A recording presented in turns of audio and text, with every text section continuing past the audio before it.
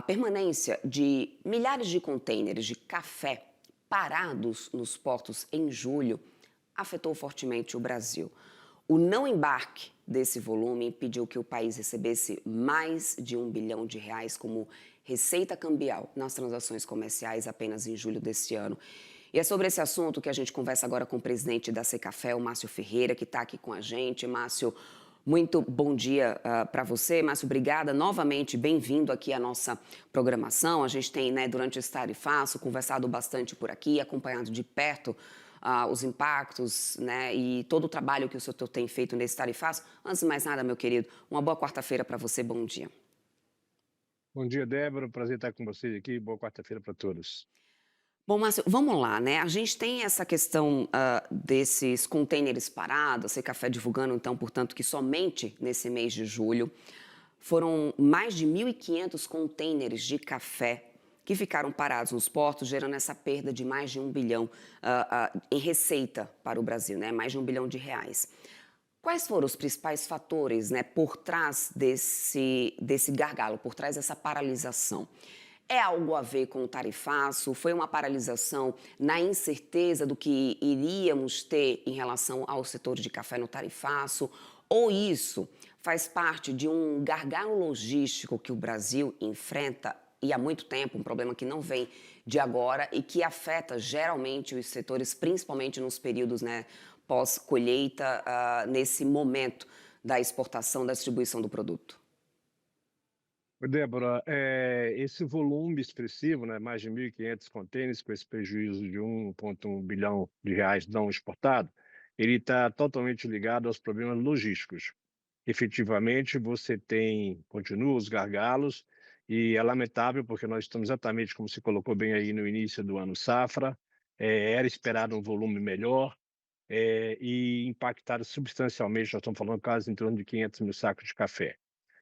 Temos também os problemas de tarifaço, mas vamos debater depois, mas efetivamente, mais uma vez, gargalo logístico, dificultando as performances e gerando também outros prejuízos para os exportadores, que aí não têm seus cafés embarcados, tem custo financeiro, tem despesa de detention, que são imputadas muitas das vezes não devidas pelas companhias de navegação, elas causam o atraso e ao mesmo tempo querem cobrar container parado. Então é uma dificuldade, mas é difícil, porque o Brasil, em relação à logística, ele realmente tem se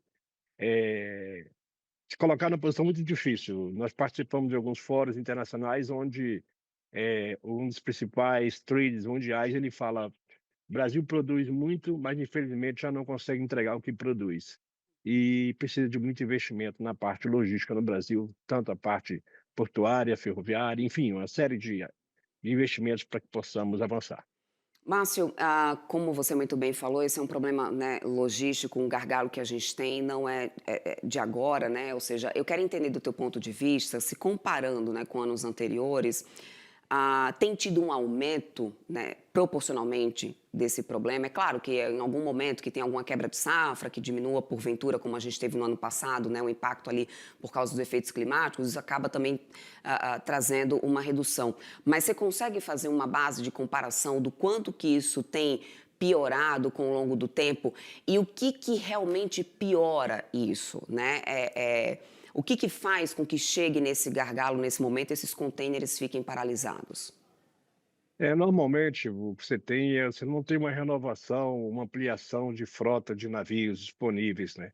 E por outro lado, quando você tem um aumento, nós temos que a safra do agro brasileiro tem aumentado. Então você tem uma demanda maior de navios, não tem esses navios, e em períodos em que a gente tem entrada de safra de determinadas commodities, uma aceleração de volume em outras, você vê realmente o déficit de navios e não somente navios, né, a questão portuária. Eu gosto sempre de lembrar, eu estou no café há 48 anos, então na década de 80, eu represento uma empresa e a gente trabalhava, com um armazém muito grande, que era até do IBC, na época alugado em Bauru. Nós estamos falando de 1980, 45 anos, antes, né. E as exportações de café saíam direto de ferrovia para o Porto de Santos ou Paranaguá. 45 anos depois nós não temos nem a ferrovia mais, então nós andamos muito para trás, Débora, a gente precisa avançar muito. Mas eu vou te dizer que, por coincidência, né, eu tenho familiares também de Bauru que contam muito sobre como era essa época da região, inclusive com essas ferrovias, né, que se encontravam todas ali, principalmente com justamente muitas safras de muitas regiões, para além até mesmo de transporte de passageiros, mas que isso era de fundamental importância para a circulação de safras. Bom, a observação aqui, a parte, né, que me veio à mente, o que poderia ser feito nesse momento e o que a Secafé tem feito nesse momento, né? O que o setor cafeeiro tem discutido com o governo federal ou talvez com autoridades portuárias, né, para alguma solução estrutural a médio e longo prazo. E eu incluo, né, numa possível solução ou não, e aí eu quero te ouvir sobre isso, a gente tem uma agenda importante, inclusive, de concessões, de leilões, de terminais portuários. Esse tipo de ação em determinados portos do país ajuda ou atrapalha esse gargalo logístico? Não, a ação ela ajuda, a gente até ficou um pouco menos triste ou mais feliz, vamos dizer assim, em relação ao Porto de Santos, porque a gente viu que com relação a a terminal portuário, a gente estava muito preocupado em relação a você ter limitação de credenciados a conseguirem lograr o acesso e ter, a opção de detenção de novos terminais portuários, né. E isso está mudando. Uma outra coisa que eu queria mencionar, muito relevante para o café principalmente, é porque o Porto de Santos, a gente sabe que ele está muito sobrecarregado. E aí vai ressaltar investimentos importantíssimos que a gente está vendo sendo feitos no Espírito Santo, que detém 33% da produção de café no Brasil e que está muito limítrofe também, principalmente com a zona da Mata Mineira, que produz 10 milhões de sacas, então nós já estamos falando aí de um volume substancial. Por que que eu estou citando isso, Débora? Porque existe um investimento em parque logístico no Espírito Santo, que está avançando muito, e você tem 3 portos de águas profundas. O principal deles é o porto de Imetame, você tem o porto central e tem também o porto da Suzano. Esses portos eles serão habilitados num espaço aí de 3 a 4 anos, eles estão sendo investimentos pesados estão sendo feitos, Imetame é um novo porto, inclusive é a primeira ZPE privada do Brasil, e eles, como são águas profundas, poderão receber navios, inclusive de portes, os maiores navios do mundo, os Panamax. Então a gente entende que as coisas devem melhorar, mas ainda levará aí uns 2, 3 anos, pelo menos, para a gente ter uma melhora. Mas deve melhorar bem, porque vai aliviar o Porto de Santos, Uhum, esse eu entendo que está muito sobrecarregado. uhum. Nessa história dessa sobrecarga e dessas taxas, né, portuárias, como você vem falando, esses custos adicionais, falando um pouco sobre agora prejuízos, Márcio, Uhum. para quem fica, né, esses custos? Porque além dessa questão das tarifas, do gargalo, né, do tempo da carga parada, ainda tem a questão da armazenagem, e tudo isso vai gerando custo, né, nesse momento. Quem absorve esse custo? É o produtor? É, É o cliente a ponta final? Isso é como que isso é absorvido? É o exportador ou isso é repassado para o não, produtor? infelizmente quem absorve a maior parte desse prejuízo, praticamente na sua totalidade, é o exportador ou, quando não, ele tem que entrar em ações, porque contra as companhias de navegação, inclusive aciona sempre a ANTAQ. A gente até tem conseguido um diálogo bom com as companhias, as coisas têm melhorado, mas é difícil quando você sabe que você cumpriu com todas as demandas, você colocou o café no momento exato, o deadline foi obedecido, o navio atrasou, muitas das vezes o navio nem veio, é um outro navio, às vezes o terceiro navio, então causa um prejuízo tremendo e ainda assim as companhias, por vezes, insistem, como eu coloquei aqui antes, em cobrar taxas de detention, stacks e outras taxas mais, e aí a gente tem que recorrer. Então isso requer do Secafé ou dos seus associados recorrer a escritório de advocacia, brigar por algo que está tão claro, tão nítido que é um problema de gargalo do setor marítimo e ou portuário, não é do exportador. E fica difícil. O importador, por outro lado, ele também tem dificultado porque tem o seu trabalho dificultado, porque ele conta com a chegada da carga no tempo que ele prevê. Se ele está na Europa, ele calcula que é X dias para chegar o café lá. Se pula um navio, 2 navios, você está dizendo que vai atrasar 40 dias, 30 dias. Então, toda a regulação do estoque do comprador lá fora é impactado. Eu me lembro, por exemplo, agora quando começou o tarifaço, foi muito triste a gente ver que tinha os navios que a gente tinha programado, tinha relatos de associados, que estavam programados para embarcar no mês de julho, Débora, eles não embarcaram. Depois eles foram substituídos, trocados por navios que foram, dito embarcar até o dia 6 de agosto, não embarcaram. Uhum, Qual foi a conclusão? Quando o navio embarcou e o destino era Estados Unidos, entrou o tarifaço. uhum. Então, quer dizer, o importador fala: "Poxa, eu te comprei um café para julho, você não cumpriu. Aí você não cumpriu até o dia 6 e agora eu tenho que pagar uma tarifa de 50% por inadimplência do lado brasileiro?". Olha o Uhum. tamanho do problema que a gente arranja. Isso impacta nos contratos de alguma forma, esse atraso nos embarques? Isso tem afetado contratos internacionais importantes, há risco de perda, inclusive, para concorrentes como Colômbia, Vietnã, que são né, concorrentes importantes com o café brasileiro, Márcio?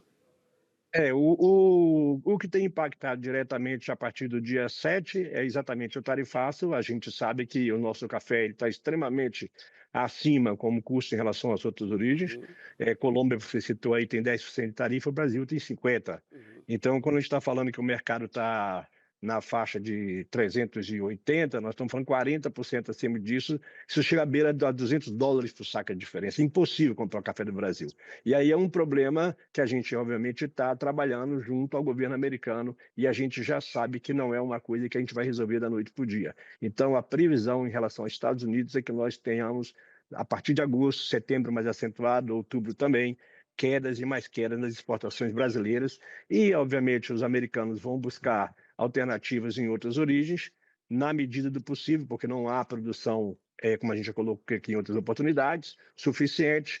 E talvez haja um incremento, eu diria, inclusive, de cafés robusta, principalmente do Vietnã, que tem uma taxa de 20%, mas o robusta é mais barato, diminuindo, assim, a participação do arábica no café do consumidor americano. Pode ser uma alternativa. Enfim, o Brasil tem que buscar outros caminhos para entregar os seus cafés, mas, como a gente fala, Brasil e Estados Unidos são interdependentes, uhum. e a gente precisa buscar uma solução. Isso você fala em relação ao mercado americano, por causa do tarifaço, Isso. Márcio, mas em relação a outros mercados, né? Eu lembro que uma conversa recente você me mencionava que, de alguma forma, a tarifa não teria sido de todo ruim, porque a gente tem um custo também elevado do café lá fora, devido à alta demanda e também por questões de safras, e o café brasileiro acaba sendo bastante competitivo, por exemplo, para mercados como Europa. Então, nessas situações, né, a gente perde competitividade? O que especificamente Estados Unidos, a gente perde muito em relação os outros destinos. O que a gente viu, que eu comentei com você da outra vez, foi, nós vimos o mercado, antes do dia 6, o mercado estava, a Bolsa de Nova York estava 286. E existia ali uma expectativa de que o mercado continuasse caindo, então todos estavam deixando para comprar na última hora. Depois que veio o tarifaço, veio aquela questão também da queda de rendimento da safra brasileira, e o mercado começou a subir muito. Então, Europa e Ásia anteciparam novos contratos, mas não novos embarques. Então, não quer dizer necessariamente aumento de consumo. Então, o Brasil, obviamente, ele tem algum aumento de exportação para esses destinos, possivelmente isso deve ocorrer.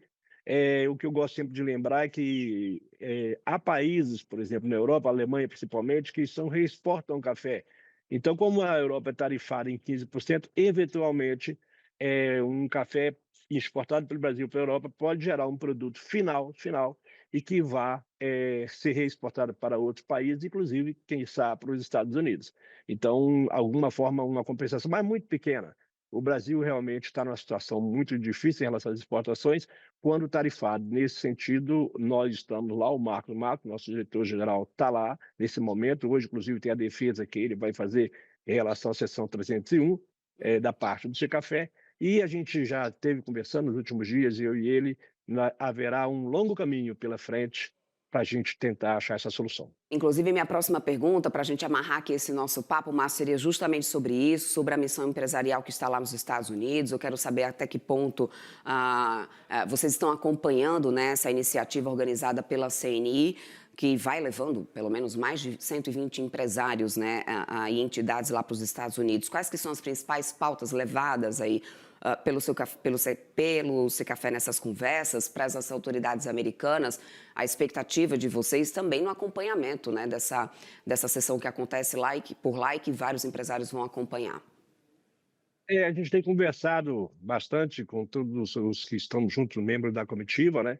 A gente entende que cada setor tem o seu problema maior ou menor. O café, considerando a importância que ele tem para o americano, e a gente sabe disso, já debateu isso aqui outras vezes, né, para cada dólar exportado são $43 lá fora, 2,2 milhões de emprego, 73% dos americanos bebem café diariamente, é o maior consumidor de café, e o Brasil tem participação de 33% de tudo que eles importam. Então, no nosso caso, o Secafé, eu diria que ele está até numa condição de vantagem em relação à defesa, porque tanto o lado brasileiro quanto o lado americano, que é a NCA, né, a National Coffee Association, estarão defendendo o Brasil.